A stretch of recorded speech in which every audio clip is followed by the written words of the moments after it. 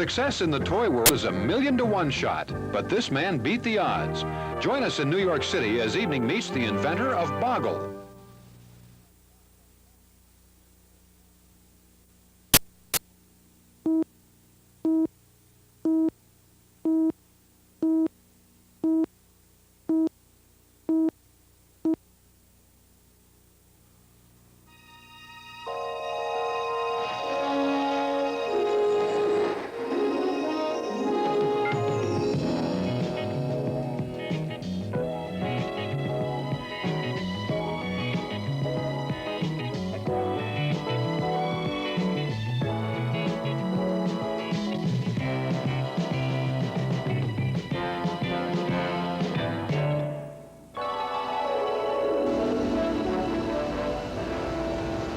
Thank you very much.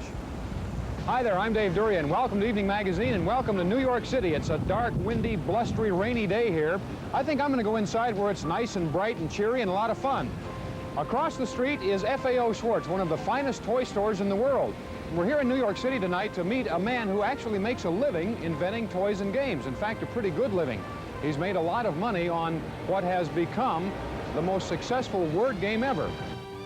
Hi, I'm Liz Miles, and welcome to our TGIF show. We've been in Carnegie all week. Tonight, we're in the Carnegie Park. We have a story tonight for you about the world's tallest woman. Her name is Sandy Allen. She's 7 feet, 7 inches tall. In our departments tonight, Kenny the cab driver finishes his series on collectors, and he takes a look at a beer can collection. Judy Barton takes a look at the new movie Head Over Heels, and Evening Inquires asks the question, what makes you a romantic person?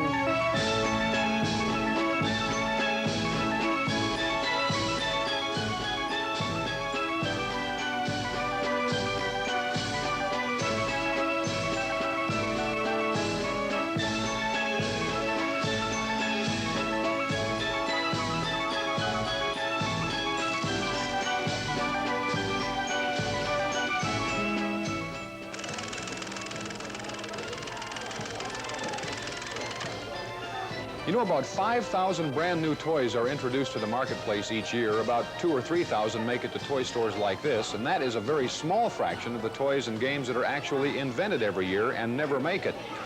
Toy inventing, game inventing is a high-risk business. Your chances of making it big are 1 in a million.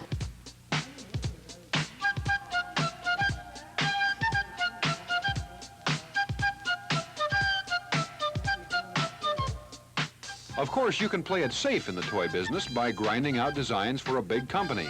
But 3 years of that was enough for Allan Turoff. He quit his industrial design job for the independence of freelance work. The chances of being successful are so slight that you're daily faced with a series of rejections, and then you go back to the drawing board, and you work and you work and you work, and you go back and get rejected, and you go back to the drawing board, and you work and you work and you work. One of Allan's first sales was a paint-by-numbers kit that could be baked in an oven and shrunk, so the artist's mistakes were almost invisible. And that was great, except after about 1.5 years, the sales got small also, and they began to shrink, and the whole thing disappeared.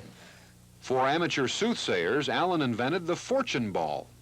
We all thought it was great. It was a lot of fun, and you'd ask very, intellectual questions of it, and it would give a very intellectual answer like possibly, or maybe not.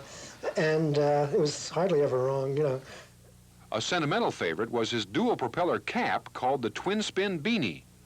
That I liked a lot, and it was very funny because you can walk like Groucho Marx and the thing would go around and around. And originally the idea was the kid would be able to see the propellers moving, but evidently there weren't too many kids that wanted to become DC-2s.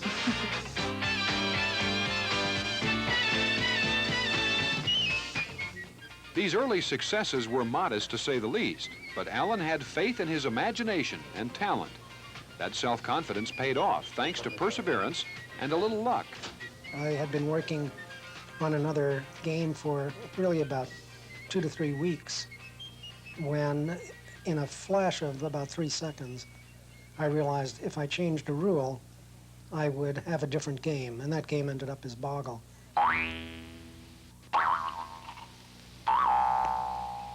Today, the mere mention of Boggle is enough to turn most toy executives a jealous shade of green. But the game Allan Turoff first called Find a Word was not exactly an instant success. They looked at it for about a month and returned it. The fellow that I showed it to, evidently he liked it very much, and before it was sent back, he made a copy for himself and took it on his honeymoon and played it. That's the secret of Boggle's success. It's habit forming, and it's easy to learn. The idea is to find hidden words that are found in this matrix of letters. And you can start at any letter that you want, and from there move to any other letter that touches it, and from that letter to any letter that touches it. So you can go P-O-P for pop, and P-U-G for pug. Shake it up.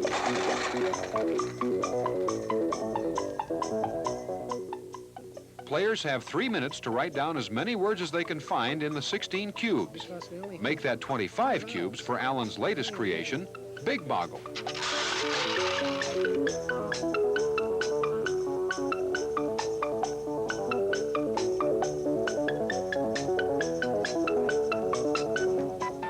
In toy and game circles, Allan Turoff is something of a celebrity. He frequently appears at Boggle contests and demonstrations. But this public appearance was a special pleasure, for it was here in the famous FAO Schwartz toy store that Allan and his wife Carolyn were married.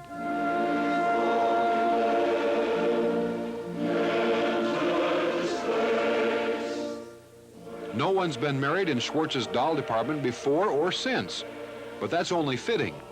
Without the Turoffs, there might be no FAO Schwartz, because once upon a time, while strolling on Christmas Eve, Allan and Carolyn noticed the store had caught fire.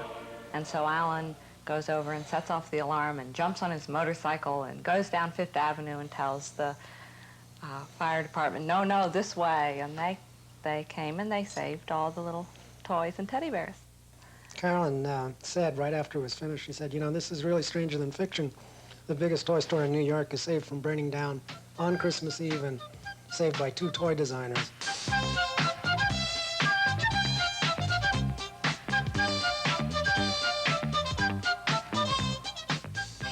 The Turoffs share a workspace in their Palisades, New York home. Carolyn's enjoyed quite a lot of success as a designer of children's toys and toiletries, but she and Allan have yet to top the success of Boggle. Allan, short of asking you to pull out your checkbook and show us your balance, has Boggle, the financial success, made it possible for you not to worry about money, just keep on inventing games? It's very much like being a writer, I think. It's pretty much the same thing. If you have a success, it's very comfortable. If you don't sell any, you don't eat any. Right. You're really tied to the success of the item, and you share in the success or the disaster. The success of Boggle means Allan is free to experiment now, to work on things like a space war game he's been toying with for several years. If I were to show something to a company now, I would expect that they would put it in for 1981, Christmas of 1981, so that anything that I would now sell, I wouldn't really see money on it until about October of 1981. In his entire career, Allan has sold only about 20 of the more than 250 toys he's invented. But get this, in only 5 years, Boggle has replaced the longtime champion Scrabble as the world's best-selling word game. In the toy world, that kind of success is, well, boggling. We'll be back in a moment with our evening departments.